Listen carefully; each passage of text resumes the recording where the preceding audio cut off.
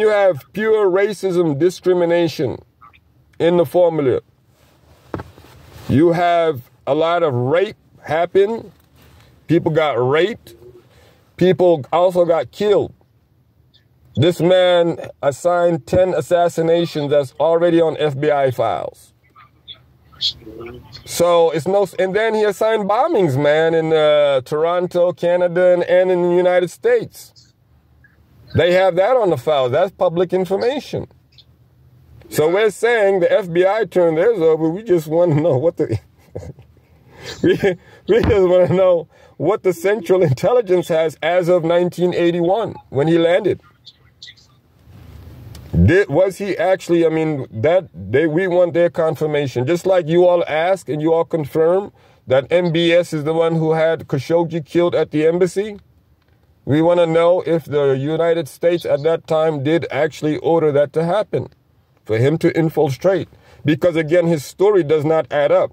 Does it make sense to you that you come to the United States looking for Puerto Ricans? When you get here, you find black people and you go for black people instead of your Puerto Ricans? Does it make sense that you're supposed to be finding one group, Arab group of America, and you decide to come to African group of America? Does that make sense? No. So he claimed that he was sent to Native Americans. First of all, I mean, I don't see how you're going to come from Pakistan all the way to the United States and you don't have any connection from Native American. Native American phone number, Native American contact, Native American settlement. You don't know how to get to Colorado, Native American settlement, or Carolina, or wherever. You don't know that. So when you came, now his story changes. So then I came and, you know, I ran into African Americans instead. And I said, I was sent to Native Americans, but now I'm here with you. I'm a Sufi Qadri Sheikh. Mm-hmm. And he had a degree of from Oxford in psychology. Was it Oxford, I believe? One of those British, yeah, this guy, listen, man, I mean, all elements of a spy is on this guy, man. I'm sorry, man. I'm even sorry. I'm sorry.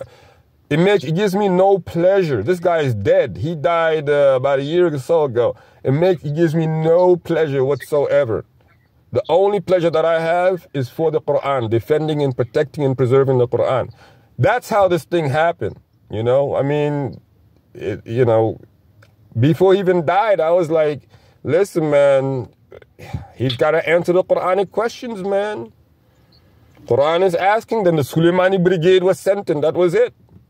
But the point is, you know, again, for 40 years, there's been a lot that has transpired, particularly in the last 10 years. People have gotten ill-treated, maltreated in so many different ways, man. It's not even funny. And this guy looked down on African Americans, man. He looked down and just exploited people for the money, man. I mean, people were paying 10%, just like they pay in church, of their wages to this man in Pakistan. You know what I'm saying? We're better, you know, we're better than that, seriously. And again, my first question was, why can't this man come over here? That was 21 years ago. But the problem is, again, like a lot of people, you know, they just, well, the Dar, what happened actually was when he came, he took over the leadership of the Dar. He didn't take over the entire leadership, but the Imam, because the Dar, they had bayah, they had allegiance. You know what I mean? They pledged allegiance. And they had their own schools, so they were pledging their allegiance every day in their schools. I mean, it was a strong movement, man. You should look them up. So Imam Yahya Abdul Karim was like the Imam of the Jamaat, you know, and when he came, he basically, psychologically just took him over and made him believe that he was sent by Allah as a descendant of the Prophet to take over the Jamaat. And so the man turned it over to him. There were some people who didn't accept, and those people are still, you know, around or elderly or whatever. But a lot of people did go with him. He made them make hijrah to a ghetto in California. And then I believe they bought land in Colorado. But then that's when all these offenses started happening. You know, people were getting killed, and people were caught trying to blow up a Hindu theater and stuff like that. You know, they're like, wait a minute, man. You know, we knew we told you to come take over a Jamaat over here, but we didn't really tell you to blow up no Hindu temples, man. Did the Pakistanis tell you to do that? Well, go back to Pakistan. So, I mean, so far, this is what we're getting, but we definitely need, you know what I'm saying, at least that. At least we need to know that, yes, the intelligence, because we don't have a file from the intelligence community at all. If the FBI got a file, the intelligence community had to have a file. I don't see how they didn't correspond on that file. It just, I mean, that wouldn't add up. Particularly since there are already traits of him, again, indirectly being connected to the CIA through bin Laden. Also, there's substantial amount of evidence that he was connected to the Pakistani intelligence. But here's the kicker. They had all these charges against him, federal charges. People served the rest of their lives in those jails, in those prisons because of him and his foolishness. And you mean to tell me that when things started happening, especially after 9/11, they started making all these arrests and everything. You mean to tell me that you never bothered to get him just as you went for bin Laden? You said they worked together, didn't you? It's in your FBI files. You were going for everybody else. How was he missed? Because that was another question, too. I was told that, yeah, like, you know, he's, you know, he can't come over here no more because, you know, you're accusing him of this, that, and the other. And, you know, a situation with bin Laden now and everything like that. So, you know, all of them, act. So the point of the matter, again, you already admitting to the fact that him and bin Laden were together. You were going after bin Laden, but you didn't go after him. And the question again is why? And as a matter of fact, there was a story that cracked up about him where he was cleared. And then that was the last we ever, I mean, he was arrested, but he was cleared. The Daniel Pearl was going to go see him and he got kidnapped and was beheaded. Remember that? Yeah. He was going to go see him. He was on his way to see that dude. So, I mean, this thing is real, man. But again, I mean, this is fact-finding mission, man, and I put my life on it, man. Alhamdulillah, Rabbil Alameen, I'm happy about that. We know we're at war, dead man walking when it comes to Mujahideen. Jaysh Muhammad, Sawfa Ya'ud. Sawfa Ya'ud. So, I mean, we want the truth, man. I want the truth, the whole truth, and nothing but the truth. Did we want the truth, the whole I mean, look. It's more like J.I. Mahdi. What's that? You don't know. So you don't know nothing about the J.I. Mahdi, though. Jewish Mahdi? Which one? Al-Mahdi. Oh, bro. Al-Mahdi. Man, this man claimed that the Mahdi was his student, man.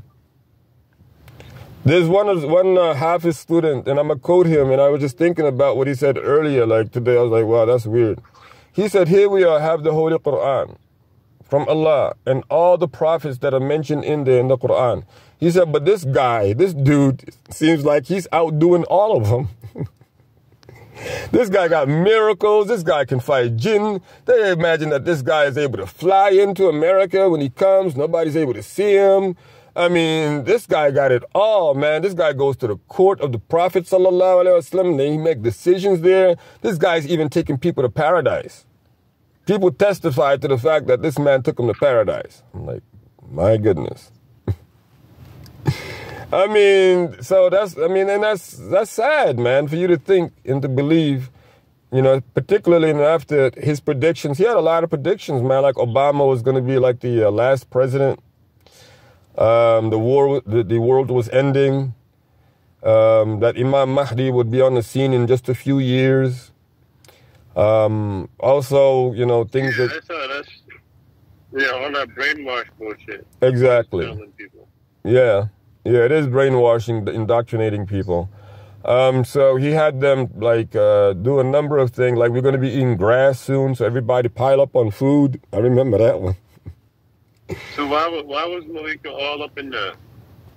No, I mean, look, actually, she called it La La Land. She really did call it out because she was Salafi.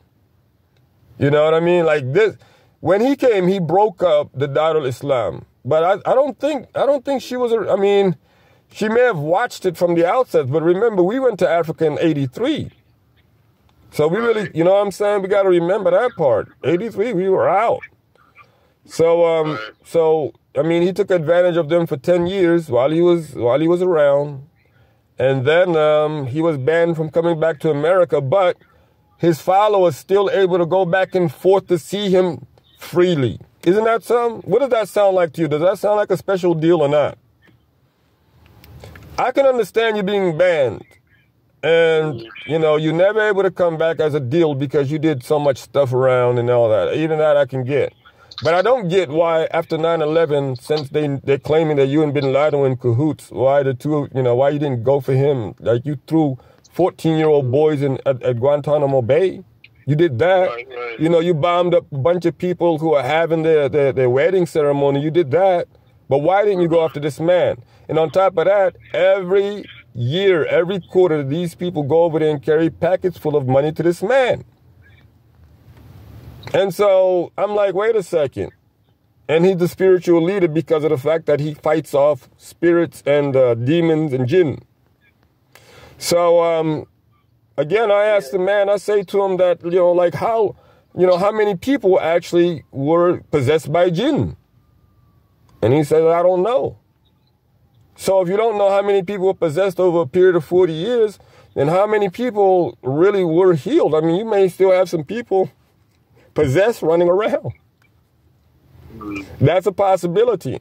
Then again, if you say 50 people were possessed, that he actually did write prescriptions to get it out of, I mean, how many of them were faking it to get recognition from your little group? Right. And if you say nobody was, they all were, then how many of them are willing to come up front right now and saying that we were possessed by jinn, and here we are now? We've been, you know what I'm saying, and speak on the fact that, yeah, this knot that he gave us, this keep the jinn away. And say that if you take it off, then the jinn are going to come back. Then you also want to take into consideration that since you said that, now you can't be protected by him because he actually dead, see? So if you do get it wrong, then you're not going to have no more knot. So it's, you know, that's why, I mean, you know, falsehood is not good to try and defend, man. You know, it's horrible. I mean, this guy claimed to be of the Prophet sallallahu alaihi wasallam's lineage, man. This guy claimed to be of Abdul Qadir Jilani's lineage, man. I mean, this guy had it all. You know, he was a Qadri Sheikh of jihadi, you know, ability, you know, I mean, they really got them, man. They really, but he was Pakistani and he looked down and exploited our people, man, for 40 years, man. Yeah. For 40 years, man, marriages got torn apart.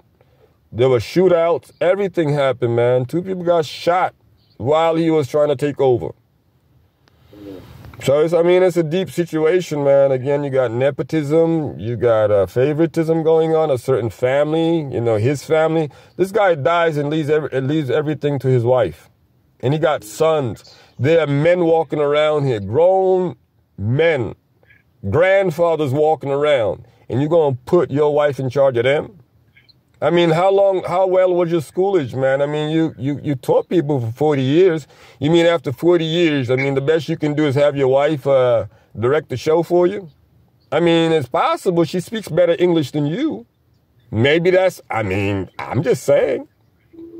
Was that the plan all along, you know, that your wife would go ahead and just, you know, live off the people well after you were gone? I mean, that's what happened. But then they're fighting over his will in Pakistan because he got over like 12, 13 kids. I think should be a little bit more, you know what I'm saying? But again, it gives me no pleasure, man, to really have to, you know, expose falsehood when there's so much love for this man. I mean, it's wrong. You know, I mean, he should be loved like every other human being, but he should not be given this, you know, he's closest to Allah stuff. I mean, this guy talks some spiritual. And he claimed also that Imam Ali ibn Abi Talib would come to him at night. Even his grandmother would see it.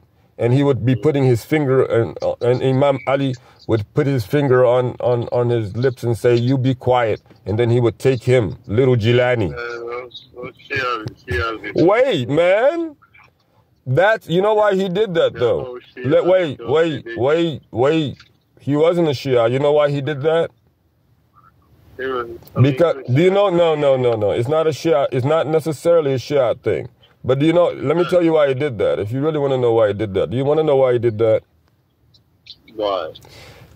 Who is able to ask Imam Ali at this very moment, did you teach this man? No one.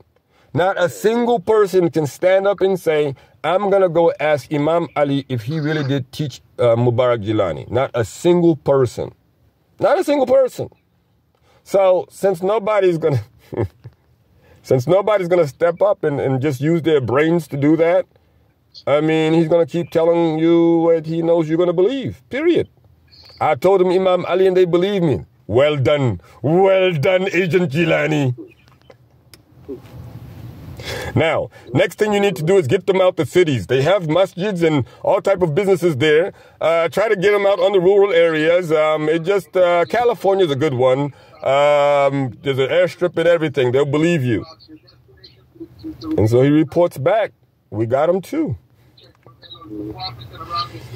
I mean, hey man, I do want the truth because I do intend on, I'm putting a piece together on this, just to let you know. I mean, this is, you got everybody in this one. Allah subhanahu wa ta'ala favors this route. And we're not, you got a white owl situation.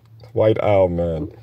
No, man. Every time I think that I'm going to actually read this white owl thing to analyze it, I just keep delaying it again. I'll do it. I mean, I've read, it's not white owl, it's white hawk. But every time I think, here it is now, I'm going to dissect it, and I'm going to actually put it on the channel. It always just, practically just gets delayed, man. Like, there are more important things. Like, you see, that is more important things than that, or it's almost like, it's so bad that once I start, I don't know when I'm going to stop or even how I'm going to start, because I've read it before. I've done some, some study on it, but to actually break it up and dissect it, and it's going to be a mess. Because just the introduction was a mess. Again, believing that anybody who reads this white hawk thing, you and the people that you read it with are going to get out of your bodies, and you're going to travel over all of the created worlds, right? All of the worlds that Allah Ta'ala created that we see and know of, and all of the worlds that Allah Ta'ala created that we cannot see and do not know of. Well, I'm sorry, that involves hellfire. But the problem again is he's never produced his Qadri authenticated chain. There's nothing that has him authorized to give anything of the Qadri sort anyway. That's number one. Number two, there's a publication that he founded, and after his death, 20 books had been supposedly published from this publication. And I was actually told that our Sheikh wrote a lot of books. And I remember there was the 40 Hadith, and there was this other book. There was like 20 books that were published from this Xavier publication. I talked to the producer, like the publisher, and she tells me that out of 20 books, maybe 2 of them TMOA actually wrote, like their Jamaat actually got together and wrote. She said all the other books were cut and paste. And then obviously she tries to say that, it is stated that this was just compiled by Mubarak Jilani. Compiled? So that it became his book when he compiled it? So how does that work? Like, I get, information from any sources that I like, and I use their word for word. I just, cut and paste their paragraphs and go on left and right. In some cases, he's got the pages upside down. I got a copy of that myself. Another brother showed it on R2F show. But again, cut and paste, that's fraud, man. You can't cut and paste somebody else's stuff and then claim that you wrote the book.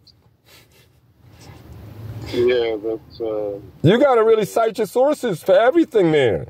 You can't just get, because that's not what you did. You said compiled by him, but you got the information from all these other books. But you didn't list your books in the back. Where you got them from? You know? It's plagiarism. Yes, it's plagiarism. So the point of the matter is he plagiarized that. He plagiarized the fact that he was doing abstracts on the Holy Quran because he never was able to recite Holy Quran. And even when he tried to do it, it just, I mean, we know the basic is not, it's like something he didn't really have. I mean, he was not applying any basics of reading or reciting Holy Quran. Then the fact of the matter is that he never did produce a sheikh, a physical sheikh. He gave us Imam Ali as the one teaching him instead. That proves there that the Qadr is out, the Quran is out, the Sunnah, he did not have a certificate to even produce it. Him having a lineage, not a lineage, but a chain of sound hadith narration. He was not a muhaddith. Therefore, his hadith are out. So you got his Islam, this is called Jilani Islam, and we want to know if the intelligence community has documents stating that, yes, the United States government, just like they discovered Khashoggi by MBS, did the United States government send this guy to break up the Darul Islam movement? Period. And we're asking nicely. They're not going to give it up. Okay, well, we'll see what they are willing to do, but we are not going to stop asking. So let them know that. Let get that through the attachés. We are definitely the force of peace.